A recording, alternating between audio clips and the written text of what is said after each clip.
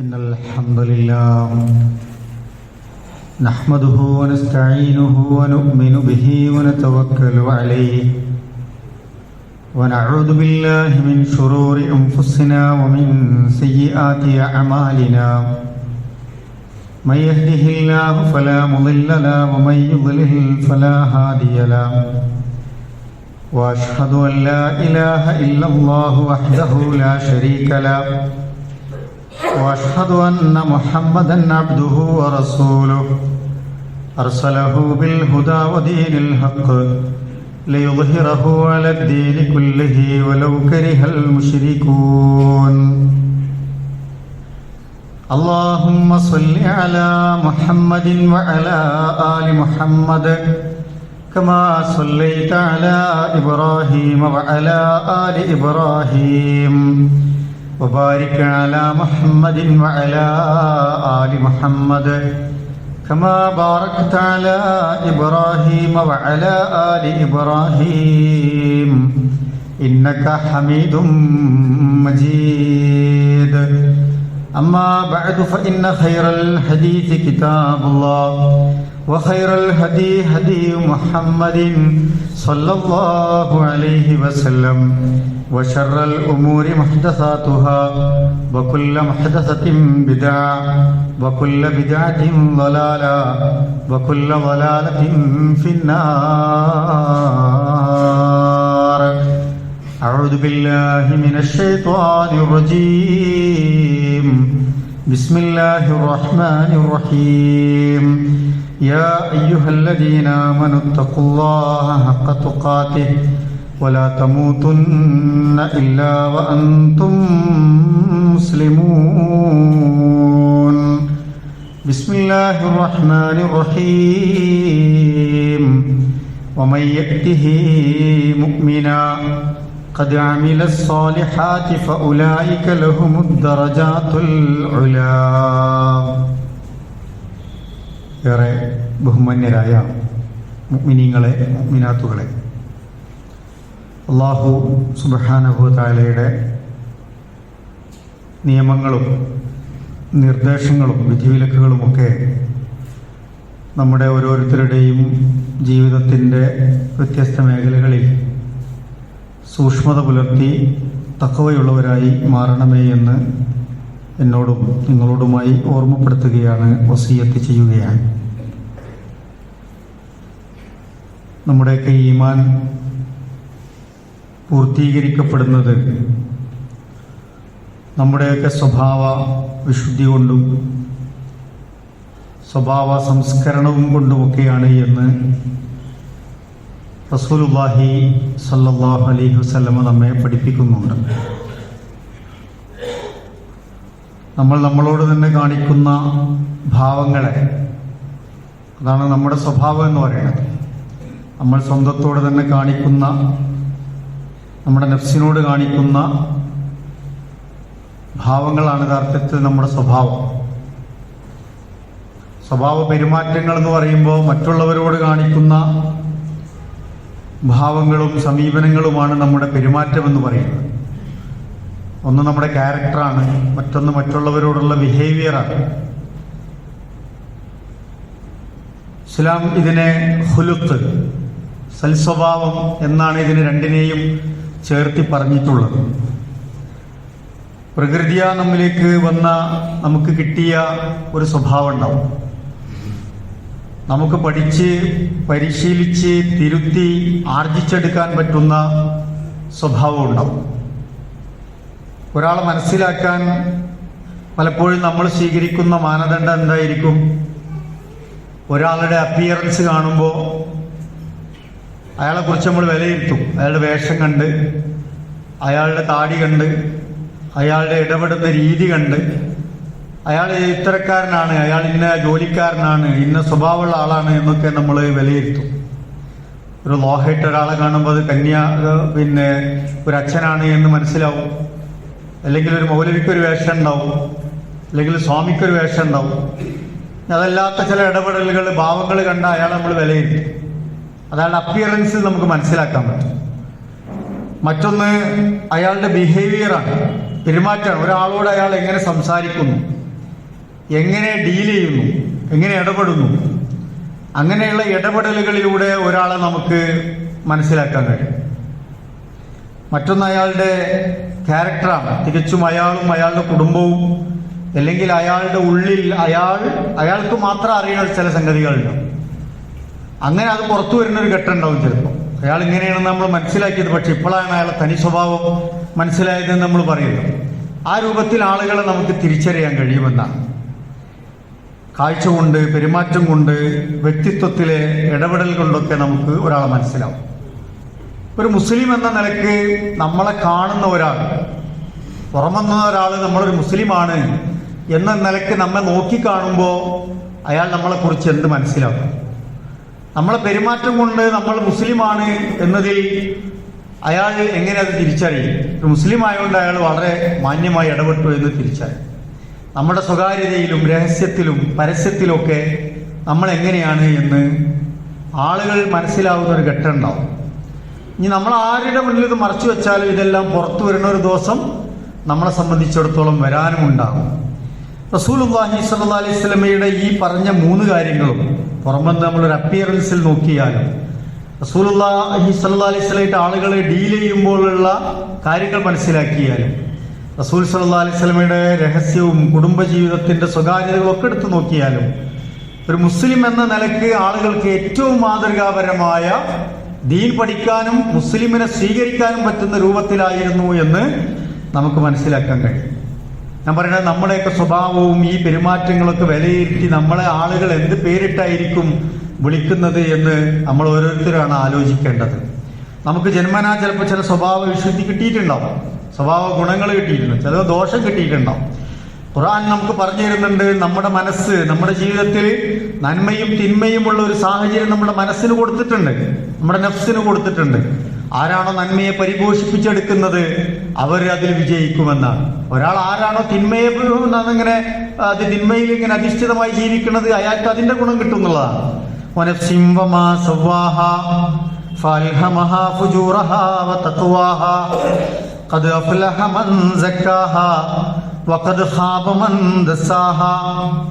നമ്മുടെ നഫ്സ് അങ്ങനെയാണ്. അള്ള പരുവപ്പെടുത്തിയെടുത്ത് തന്നെ അള്ള എന്തൊരു ഫുജൂർ, ഒരു തിന്മയുടെ ഒരു സ്വഭാവം അതിനുണ്ട്, തെറ്റിലേക്ക് പോകാനുള്ള ടെൻഡൻസി അതിനുണ്ട്.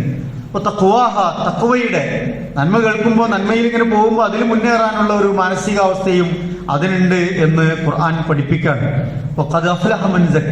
ആരാണ് അതിനെ ശുദ്ധമാക്കിയത്, പരിപോഷിപ്പിച്ചെടുത്തത്, സംസ്കരിച്ചെടുത്തത്, അവർ വിജയിച്ചു.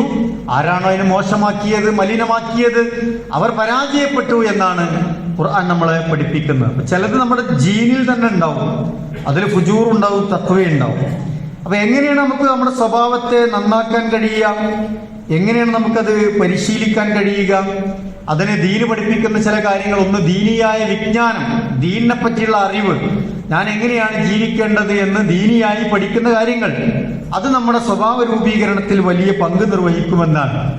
റസൂലുള്ളാഹി സ്വല്ലല്ലാഹി അലൈഹി വസല്ലമയോട് ഒരിക്കൽ ചോദിച്ചു, റസൂലുള്ളാഹി സ്വല്ലല്ലാഹി അലൈഹി വസല്ലം, മൻ അക്രമുന്നാസ്, ആരാണ് ജനങ്ങളുടെ കൂട്ടത്തിൽ മാന്യനായ ആള് എന്ന് റസൂലുള്ളാഹിനെ ചോദിക്കുന്നുണ്ട്. റസൂലുള്ളാഹി സ്വല്ലല്ലാഹി അലൈഹി വസല്ലം അവരോട് പറഞ്ഞു, ആളുകൾ പലതരത്തിലുണ്ടാവും.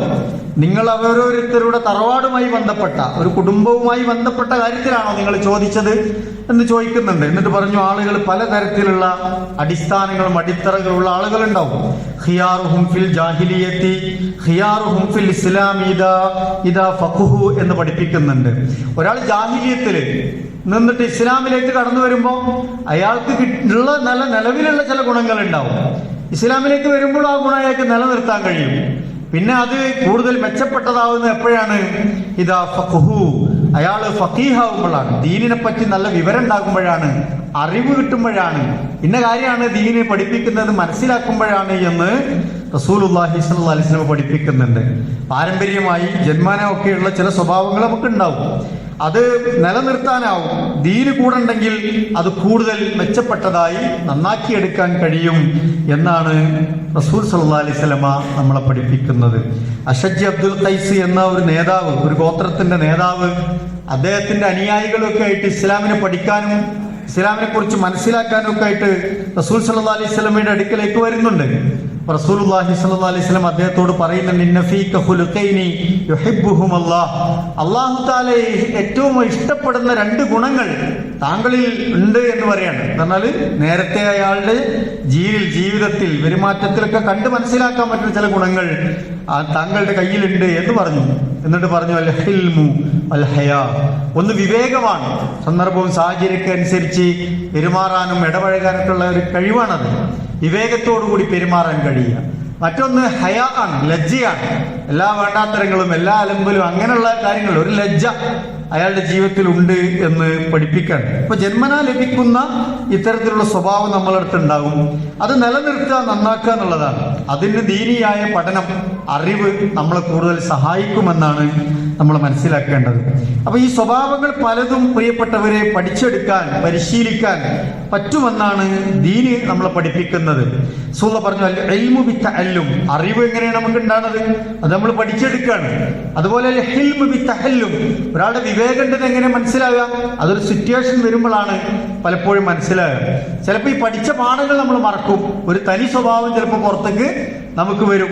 ചില ആൾക്കാർ പറയല്ലോ, ഞാൻ കുറെ കൺട്രോൾ ചെയ്തു, പക്ഷെ പഠിച്ചൊക്കെ ഞാൻ മറന്നുപോയി, ഇതിന്റെ തനി സ്വഭാവം അവസാനം പുറത്തേക്ക് വന്നു എന്ന് പറയുന്നത് എന്തുകൊണ്ടാണ്?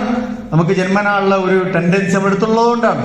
പക്ഷെ അതിനെ നമുക്ക് പതുക്കെ പതുക്കെ നമ്മുടെ വ്യക്തിത്വ രൂപീകരണത്തിന്റെ ഒക്കെ ഭാഗമായിട്ട് നന്നാക്കി എടുക്കാൻ കഴിയുമെന്നാണ് റസൂലുള്ളാഹി സ്വല്ലല്ലാഹു അലൈഹി വസല്ലം പറഞ്ഞു. ആരാണ് നല്ല ശക്തൻ, നല്ല കഴിവ് ശക്തൻ ആരാണെന്ന് ചോദിച്ചപ്പോൾ പറഞ്ഞു ലൈസ ശദീദു ബിസ്സുർഅ ഇന്നമ ശദീദുൽ ലദീ യംലികു നഫ്സുഹു ഇൻദൽ ഗളബ്. നല്ല മസിൽ പവറൊക്കെ ഉള്ള ഒരാളല്ല യഥാർത്ഥത്തിൽ ശക്തൻ. ആരാണ് ശക്തൻ? അയാൾക്കൊരു കോപം വരുമ്പോ, ദേഷ്യം വരുമ്പോ, ഒരു പ്രശ്നത്തിലേക്ക് പോകാതെ കൺട്രോൾ ചെയ്യാൻ ആർക്കാണോ കഴിയുന്നത് അയാളാണ് ശക്തൻ എന്ന് പഠിപ്പിക്കുന്നുണ്ട്. അപ്പൊ ആ കൺട്രോളിങ്, നിയന്ത്രണം എന്നുള്ള സംഗതി നമ്മൾ പഠിച്ചെടുക്കേണ്ട കാര്യങ്ങളാണ്. അപ്പൊ അത് നമുക്ക് സാധ്യമാകേണ്ടതുണ്ട് എന്നതാണ് പ്രധാനം. ദീൻ അങ്ങനെയാണ് പഠിപ്പിക്കുന്നത്. അപ്പൊ അറിവ് കൂടുമ്പോൾ, മതത്തെപ്പറ്റി പഠിക്കുമ്പോൾ, പടച്ചോനെ പറ്റി മനസ്സിലാക്കുമ്പോൾ, നമ്മുടെ പോരായ്മകൾ ശരിയാക്കണമെന്ന് വിചാരിക്കുമ്പോൾ നമുക്ക് പ്രിയപ്പെട്ടവരെ ഇത് കൂടുതൽ നന്നാക്കിയെടുക്കാൻ കഴിയുമെന്നതാണ്. അങ്ങനെ സ്വഭാവം രൂപീകരിക്കപ്പെടുമ്പോഴാണ്, സംസ്കരിക്കപ്പെടുമ്പോഴാണ് നമുക്ക് ഏറ്റവും വലിയ പുണ്യകർമ്മമായി അത് മാറുന്നത്. ആ പുണ്യകർമ്മം കൊണ്ട് തന്നെ നമുക്ക് അള്ളാഹുവിന്റെ സ്വർഗത്തിലേക്ക് പ്രവേശിക്കാൻ കഴിയുമെന്നാണ് റസൂലുള്ളാഹി സ്വല്ലല്ലാഹു അലൈഹി വസല്ലം നമ്മൾ പഠിപ്പിക്കുന്നത്. നമ്മുടെ ഇബാദത്തുകളുടെ ഒരു പ്രധാനപ്പെട്ട ലക്ഷ്യം എന്താണ്?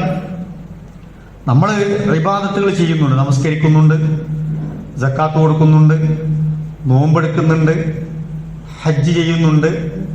ഈ ഇബാദത്തുകളുടെ ലക്ഷ്യം എന്താണ്? ഒന്ന്, അള്ളാഹുവിന്റെ പ്രതിഫലമാണ്, പരലോകത്തെ പ്രതിഫലം, അള്ളാഹിന്റെ തൃപ്തി, സ്വർഗപ്രവേശനം. ഇതിന്റെ മറ്റൊരു തലം എന്ന് പറയുന്നത് ജീവിതത്തിലെ വിശുദ്ധിയാണ്. ഒരാൾക്ക് ഇബാദത്ത് കൊണ്ട് അയാളുടെ ജീവിതം നന്നാകണം, അയാളുടെ സ്വഭാവം നന്നാകണം, അയാളുടെ പെരുമാറ്റം നന്നാകണം, അയാളുടെ മനസ്സ് നന്നാകണം. ഇതൊക്കെയാണ് ഇബാദത്തുകൾ കൊണ്ട് നമുക്ക് കിട്ടേണ്ടത്. നമുക്കത് കിട്ടുന്നുണ്ടോ എന്ന് നമ്മൾ ആലോചിച്ച് നോക്കുക. നമസ്കാരം നിർവഹിക്കുന്നതിന്റെ ഔട്ട്പുട്ട് എന്താണ്? നോമ്പെടുത്തതിന് ശേഷം നമുക്കുണ്ടാകേണ്ട ക്വാളിറ്റി എന്താണ്? സക്കാത്ത് കൊടുത്താൽ നമ്മുടെ ജീവിതത്തിൽ ഉണ്ടാകുന്ന പരിശുദ്ധി എന്താണ്? ഹജ്ജ് നിർവഹിച്ചാൽ നമ്മുടെ ജീവിതത്തിൽ ഉണ്ടാകുന്ന മാറ്റങ്ങൾ എന്താണ്? ഖുർആൻ പറഞ്ഞിരുന്നത് ഇന്ന സ്വലാത്ത തൻഹാ അനിൽ ഫഹ്ശാഇ വൽ മുൻകർ. വെറുക്കപ്പെട്ട മ്ലേച്ഛമായ വൃത്തികേടുകളിൽ നിന്ന് ഒരാളുടെ നമസ്കാരം അയാളെ തടയുന്നു എന്നാണ്. അപ്പൊ സുബഹി നമസ്കരിച്ചാൽ ളുഹ്ർ വരെയുള്ള ഒരു സമയത്ത് തിന്മകളിലേക്ക് പോകാതിരിക്കാനുള്ള ഒരു ഈമാൻ, ഒരു എനർജി, ഒരു വിശുദ്ധി അയാൾക്ക് രൂപീകരിക്കപ്പെടണം. അതിനുള്ളൊരു തഖ്വ അയാൾ ആർജിച്ചെടുക്കണം. അങ്ങനെയാണെങ്കിൽ നമ്മുടെ നമസ്കാരം സ്വീകരിക്കപ്പെടുമെന്നാണ് എന്ന് പറഞ്ഞാൽ അതിന്റെ റിസൾട്ട് അപ്പോഴാണ് ഉണ്ടാകുന്നത്. അങ്ങനെ നമ്മുടെ മനസ്സ് അങ്ങനെ ആകുന്നുണ്ടോ? നമ്മുടെ നമസ്കാരം കൊണ്ട് തെറ്റുകളെ തടഞ്ഞു നിർത്താൻ മാത്രമുള്ള ഒരു ഈമാൻ, ഒരു ഖുശൂ, ഭക്തി നമുക്ക് കിട്ടുന്നുണ്ടോ എന്ന് നമ്മൾ ആലോചിച്ച് നോക്കുക. സദഖയെ പറ്റി, സക്കാത്തിനെ പറ്റി പറഞ്ഞു, ഖുദ് മിൻ അംവാലിഹിം സദഖ തുതഹിറുഹും വതുസക്കിഹിം ബിഹാ. നിങ്ങൾ നിങ്ങളുടെ സ്വത്തിൽ നിന്ന് സദഖ അല്ലെങ്കിൽ സക്കാത്ത് കൊടുക്കുക, നിർബന്ധ ദാനം കൊടുക്കുക. നിർബന്ധമായും കൊടുക്കേണ്ട ചില അവകാശങ്ങളുണ്ടല്ലോ, അത് കൊടുക്കുക. അതെന്തിനാണ്? തുതഹിറുഹും വതുസക്കിഹിം ബിഹാ. അത് നിങ്ങളെ വിശുദ്ധമാക്കും, നിങ്ങളെ സംസ്കരിക്കും. അപ്പൊ കൊടുക്കുമ്പോൾ നമ്മുടെ മനസ്സ് കൂടുതൽ നന്നാകുമെന്നാണ് ഖുർആൻ പഠിപ്പിക്കുന്നത്. പലപ്പോഴും ആളുകൾ പിശുക്കി കൊടുക്കാതിരിക്കും, അല്ലെങ്കിൽ പണം പോകുക എന്ന് പറയുമ്പോഴത്തേക്ക് ബേജാറ്, മനസ്സ് കുടിസാകുന്ന ഒരു സാഹചര്യം ഉണ്ടാവും. അങ്ങനെ നിങ്ങൾ കൊടുത്ത് ശീലിക്കൂ, അപ്പൊ നിങ്ങളുടെ മനസ്സ് കൂടുതൽ നന്നാകും. ഒരു തത്വഹീർ, ഒരു വിശുദ്ധി, പരിശുദ്ധി കൈവരിക്കാൻ കഴിയുമെന്നാണ് ഖുർആൻ നമുക്ക് പറഞ്ഞു തരുന്നത്. അപ്പൊ അതനുഭവിക്കുന്ന ആളുകളുണ്ടാവും. അതിന്റെ ഒരു സുഖം, അതുകൊണ്ട് കിട്ടുന്ന വിശാലത, അതിന്റെ സമ്പത്ത്, അതിലൂടെ വളരുന്ന പറയുന്നത് അയാൾക്ക് അനുഭവിക്കാൻ കഴിയും. കൊടുത്താലേ അത് മനസ്സിലാക്കാൻ കഴിയുള്ളൂ. എത്ര പേർക്ക് അത് സാധ്യമാകുന്നുണ്ട് എന്ന് നമ്മൾ ആലോചിച്ച് നോക്കുക. നോമ്പിനെ പറ്റി പറഞ്ഞു, കുത്തിബ അലൈക്കുമുസ് സിയാം കമാ കുത്തിബ അലല്ലദീന മിൻ ഖബലിക്കും ലഅല്ലക്കും തത്തഖൂൻ. ലഅല്ലക്കും തത്തഖൂൻ, നിങ്ങൾക്ക് തഖ്വ ഉണ്ടാകും, അള്ളാഹിനെ പേടി ഉണ്ടാവും, മനസ്സ് കൂടുതൽ നന്നാവും, വിശുദ്ധമാകും, അള്ളാഹിനെ കുറിച്ചുള്ള നല്ല വിചാരങ്ങൾ ഉണ്ടാകും. അതുണ്ടായാൽ പിന്നെ എല്ലാം നന്നാവുമല്ലോ. അങ്ങനെ നോമ്പ് നിങ്ങളെ വിശുദ്ധമാക്കും. റസൂലുള്ളാഹി കൃത്യമായി പറഞ്ഞു, മല്ലം യദഅ ഖൗല സൂരി വൽ അമല ബിഹി ഫലൈസ ലില്ലാഹി ഹാജ അയ്യദഅ തആമഹു വശറാബഹു. നോമ്പുകാരൻ വെറുതെ ഭക്ഷണം പാനീയൊക്കെ ഒഴിവാക്കിക്കൊണ്ട് കാര്യമില്ല. അയാൾ വേണ്ടാത്ത പ്രവർത്തനങ്ങൾ അവസാനിപ്പിക്കുന്നില്ല എങ്കിൽ, ഉപേക്ഷിക്കുന്നില്ല എങ്കിൽ അയാളുടെ നോമ്പ് കൊണ്ട് കാര്യമില്ല എന്നുള്ളതാണ്. അപ്പൊ നോമ്പ് കൊണ്ട് നമ്മൾ വേണ്ടാത്തരങ്ങൾ ഉപേക്ഷിക്കാൻ പറ്റുന്ന രൂപത്തിലേക്ക് നമ്മുടെ മനസ്സിനെ മാറ്റിയെടുക്കാൻ കഴിയണം എന്നുള്ളതാണ്. ഹജ്ജിനെ പറ്റി പറഞ്ഞപ്പോഴും പറഞ്ഞു, അൽ ഹജ്ജു അശ്ഹുറും മഅലൂമാത്ത് ഫമൻ ഫറള ഫീഹിന്നൽ ഹജ്ജ ഫലാ റഫസ വലാ ഫുസൂഖ വലാ ജിദാല ഫിൽ ഹജ്ജി. അതിൽ വേണ്ടാത്തരം പാടില്ല, തോന്നിവാസം പാടില്ല, അവിടെ തർക്കങ്ങൾ ഉണ്ടാക്കാൻ പാടില്ല, അവിടെ കശപിശകൾ ഉണ്ടാക്കാൻ പാടില്ല. അതിനനുസരിച്ച് നിങ്ങളുടെ മനസ്സിനെ പാകപ്പെടുത്തണം എന്നാണ്. അപ്പൊ ഹജ്ജ് കഴിഞ്ഞോട് കൂടിയിട്ട് വലത് തുഹുമ്മുഹു എന്ന് പറഞ്ഞാൽ എന്താണ്? ഒരു ഉമ്മ പ്രസവിച്ച മോനെ പോലെ, കുട്ടിയെ പോലെ ആകാന്ന് പറഞ്ഞാൽ മനസ്സത്രയും പ്യൂരിഫൈ ചെയ്തെടുക്കുന്ന രൂപത്തിലാവുന്നുള്ളതാണ്. അപ്പൊ ഇബാദത്തുകൾ കൊണ്ട് നമ്മുടെ മനസ്സ്, നമ്മുടെ സ്വഭാവം, പെരുമാറ്റം, നമ്മുടെ വാശി, വക്കാണം, വികൃതികൾ, കുസൃതികൾ, ഈ കുശുമ്പ്, കുന്നായ്മകൾ, ഇത്തരത്തിലുള്ള കുറെ വേണ്ടാത്തരങ്ങൾ ഉണ്ടല്ലോ, അതൊക്കെ പോകണം. അത് എത്ര അളവ് കുറയുന്നുണ്ട് എന്ന് നമ്മൾ ആലോചിച്ച് നോക്കുക. നമ്മുടെ നമസ്കാരം ഡെയിലി നമ്മൾ 5 നേരം കൃത്യമായി ചെയ്യുന്നുണ്ട്. അതിന്റെ ഒരു റിസൾട്ട് നമ്മുടെ ജീവിതത്തിൽ നമ്മോടുകൂടെ ജീവിക്കുന്നവർക്ക് കിട്ടുന്നുണ്ടോ എന്ന് നമ്മൾ ഓരോരുത്തരും നമ്മുടെ നഫ്സിനോട് ചോദിച്ചുകൊണ്ടിരിക്കണം എന്നാണ്. ആ ഗുണം നമുക്ക് ലഭിക്കുന്നുണ്ട് എങ്കിൽ നമ്മുടെ ഇബാദത്തുകൾ അള്ളാഹുവിന്റെ അടുക്കൽ സ്വീകാര്യമാക്കപ്പെട്ടിട്ടുണ്ടാകും എന്നതാണ് നമ്മൾ മനസ്സിലാക്കേണ്ടത്. മറ്റൊന്ന്, ഈമാനിനെ ബാധിക്കുന്ന ചില വിഷയങ്ങൾ റസൂൽ സല്ലല്ലാഹു അലൈഹി വസല്ലം പഠിപ്പിച്ചു. നമ്മുടെ സ്വഭാവമായിട്ട് ബന്ധപ്പെട്ട കാര്യമാണത്. എന്താ ഈമാനുമായി ബന്ധപ്പെട്ട് പറഞ്ഞത്? മൻ കാന യുഅ്മിനു ബില്ലാഹി വൽ യൗമിൽ ആഖിർ. നിങ്ങൾക്ക് അള്ളാഹിനെ ശരിക്ക് വിശ്വാസമുണ്ടോ? പരലോകമുണ്ട് നിങ്ങൾക്ക് വിശ്വാസമുണ്ടോ? അങ്ങനെ ഉണ്ടെങ്കിൽ ചെയ്യേണ്ട ചില കാര്യങ്ങൾ പറഞ്ഞു. ഫല്യഖുൽ ഖൈറൻ, നിങ്ങൾ നല്ലത് പറഞ്ഞാൽ മതി. ഔ ലിയസ്മുത്, അല്ലെങ്കിൽ മിണ്ടാതിരുന്നോളൂ എന്ന് പറഞ്ഞു.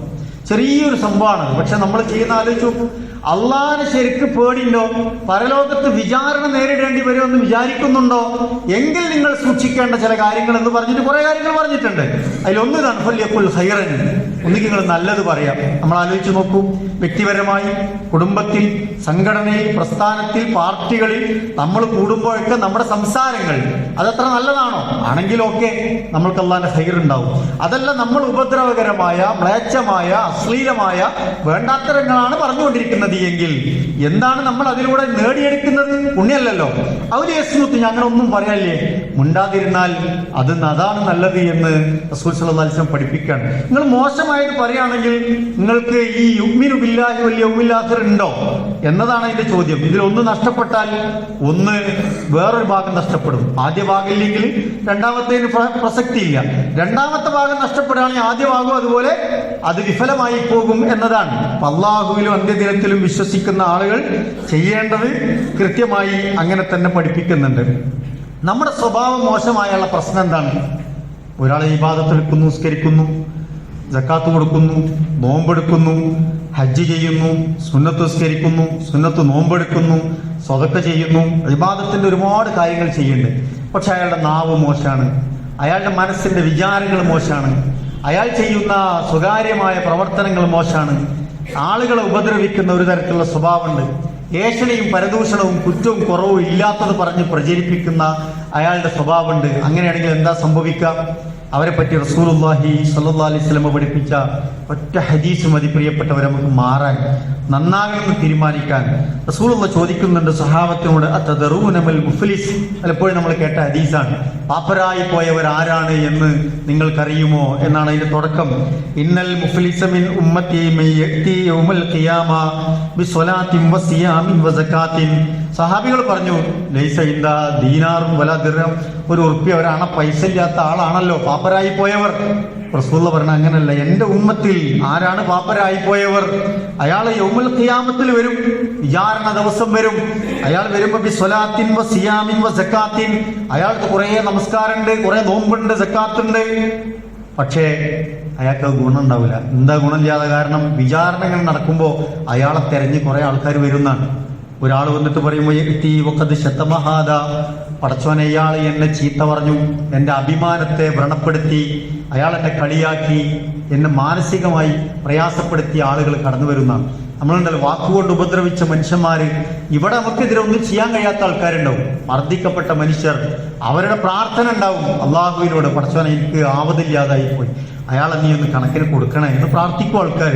നമ്മൾ വിചാരിച്ച മാതിരില്ല. അതിനിടയിൽ അള്ളാഹ്ക്കും അയാൾക്കും ഇടയിൽ മറല്ല എന്നാണ് റസൂൽ പറഞ്ഞത്. അങ്ങനത്തെ ആളുകൾ പരലോകത്ത് വരുമെന്നാണ്.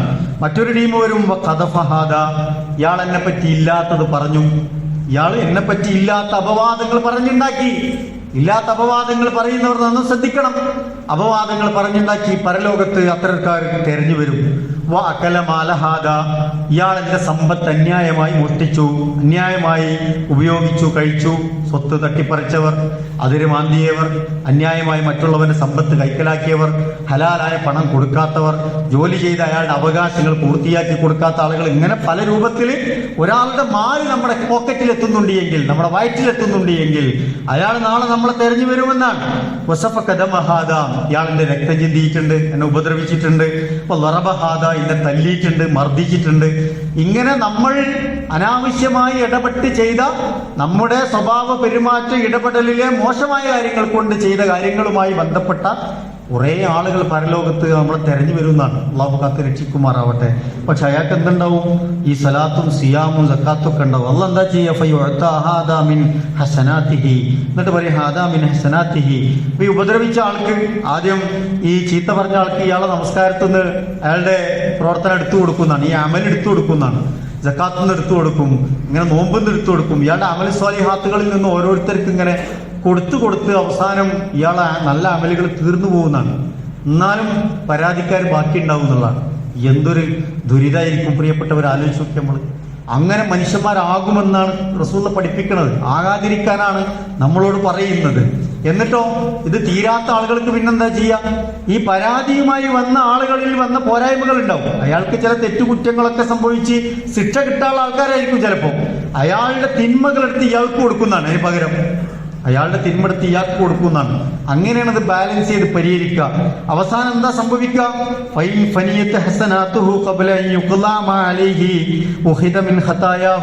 അയാളുടെ തെറ്റുകുറ്റങ്ങൾ എടുത്ത് ഇയാൾക്ക് കൊടുക്കും. അവസാനം ഇയാൾക്കൊന്നും ഇല്ലാതാകും. അപ്പൊ അവസാനം അമലുകളൊക്കെ പോയി ഇയാള് പാപം ചെയ്തൊരു മനുഷ്യനെ പോലെ ആയിത്തീരും എന്നുള്ളതാണ്. അങ്ങനെ അവസാനം അയാൾ നരകത്തിന്റെ അവകാശിയായി തീരുമെന്ന് റസൂലുള്ളാഹി സ്വല്ലല്ലാഹി അലൈഹി വസല്ലം പഠിപ്പിക്കുകയാണ്. നമ്മൾ ആലോചിച്ച് നോക്കുക. നമ്മളടുത്ത് ഇബാദത്തൊക്കെ നമ്മൾ കുറേയൊക്കെ ശ്രദ്ധിച്ച് ചെയ്യുന്നുണ്ട്. പക്ഷെ നമ്മളുടെ വർത്തമാനങ്ങൾ, നമ്മുടെ പെരുമാറ്റം, നമ്മുടെ സ്വഭാവം ഒക്കെ ഇങ്ങനെ പാളിപ്പോകുമ്പോൾ സംഭവിക്കുന്നത് നമ്മുടെ അമലുകൾ ഇല്ലാതായി പോവാണ്. പരലോകത്ത് നമുക്ക് രക്ഷയില്ലാതെയായി പോവുകയാണ് എന്ന് പ്രിയപ്പെട്ടവരെ നമ്മൾ മനസ്സിലാക്കുക. അല്ലാഹു സുബ്ഹാനഹു വ തആല പറഞ്ഞ ഈ കാര്യങ്ങളിൽ നമുക്ക് ശ്രദ്ധ വേണം. റസൂലുള്ളാഹി സ്വല്ലല്ലാഹി അലൈഹി വസല്ലം പറഞ്ഞു, സ്വഭാവ ദൂഷ്യങ്ങളിൽ നിന്ന് രക്ഷപ്പെടാൻ നമ്മളിങ്ങനെ പരിശീലിക്കണം, ശ്രദ്ധിക്കണം, കാര്യങ്ങൾ പഠിക്കണം. അതോടൊപ്പം തന്നെ നിങ്ങൾ അള്ളാഹുവിനോട് പ്രാർത്ഥിക്കുകയും വേണമെന്നാണ്. അപ്പം അള്ളാഹിനോട് നമ്മൾ നന്നായി പ്രാർത്ഥിക്കണം. പലതരത്തിലുള്ള പ്രാർത്ഥനകൾ റസൂലുള്ളാഹി സ്വല്ലല്ലാഹി അലൈഹി വസല്ലം പഠിപ്പിക്കുന്നുണ്ട്. ഒന്ന് രണ്ടെണ്ണം നിങ്ങളുടെ ശ്രദ്ധയിൽപ്പെടുത്തും. ഒന്ന്, അള്ളാഹു റസൂൽ പ്രാർത്ഥിക്കുന്ന ഒരു പ്രാർത്ഥന, അല്ലാഹുമ്മ ഇന്നി അഊദു ബിക മിൻ മുൻകറാത്തിൽ അഖ്ലാഖി വൽ അഅമാൽ. അല്ലാഹുമ്മ ഇന്നി അഊദു ബിക, പടച്ചോനെ ഞാൻ നിന്നോട് കാവലിനെ തേടുന്നു, മിൻ മുൻകറാത്തിൽ അഖ്ലാഖി വൽ അഅമാൽ, ഈ വെറുക്കപ്പെട്ട സ്വഭാവം, പെരുമാറ്റം, അമലുകളിൽ നിന്നൊക്കെ പടച്ചോനെ ഞാൻ നിന്നോട് കാവലിനെ ചോദിക്കുന്നു എന്ന് റസൂലുള്ളാഹി സ്വല്ലല്ലാഹി അലൈഹി വസല്ലം പ്രാർത്ഥിക്കാറുണ്ടായിരുന്നു. മറ്റൊന്ന്, അല്ലാഹുമ്മ ഇന്നി അഊദു ബിക മിൻ ശർരി സംഇ, പടച്ചോനെ എന്റെ കാതുകൊണ്ടുണ്ടാകുന്ന തിന്മകൾ, വമിൻ ശർരി ബസറി, എന്റെ കണ്ണുകൊണ്ടുണ്ടാകുന്ന തിന്മകൾ, വമിൻ ശർരി ലിസാനി, എന്റെ നാവ് കൊണ്ടുണ്ടാകുന്ന തിന്മകൾ, വമിൻ ശർരി ഖൽബി, എന്റെ മനസ്സുകൊണ്ടുണ്ടാകുന്ന തിന്മകൾ, അതിൽ നിന്ന് ഞാൻ നിന്നോട് കാവലിനെ ചോദിക്കുന്നു എന്ന് റസൂലുള്ളാഹി സ്വല്ലല്ലാഹി അലൈഹി വസല്ലം പ്രാർത്ഥിക്കാറുണ്ടായിരുന്നു എന്ന് നമുക്ക് കാണാൻ കഴിയും. ഈ പ്രാർത്ഥനയും പ്രിയപ്പെട്ടവരെ നമ്മൾ പതിവാക്കുക, ദീനിനെ പറ്റി പഠിക്കുക, നമ്മളെ തന്നെ അസസ്മെന്റ് ചെയ്യുക, മോശമായ കാര്യങ്ങൾ നന്നാക്കിയെടുക്കാനുള്ള പരിശീലനങ്ങൾ നേടുക, അള്ളാഹുവിനോട് നന്നായി പ്രാർത്ഥിക്കുക. അള്ളാഹു നമ്മുടെ ജീവിതത്തെ മുഴുവൻ സംസ്കരിച്ച് നന്നാക്കി തീർക്കുമാറാവട്ടെ.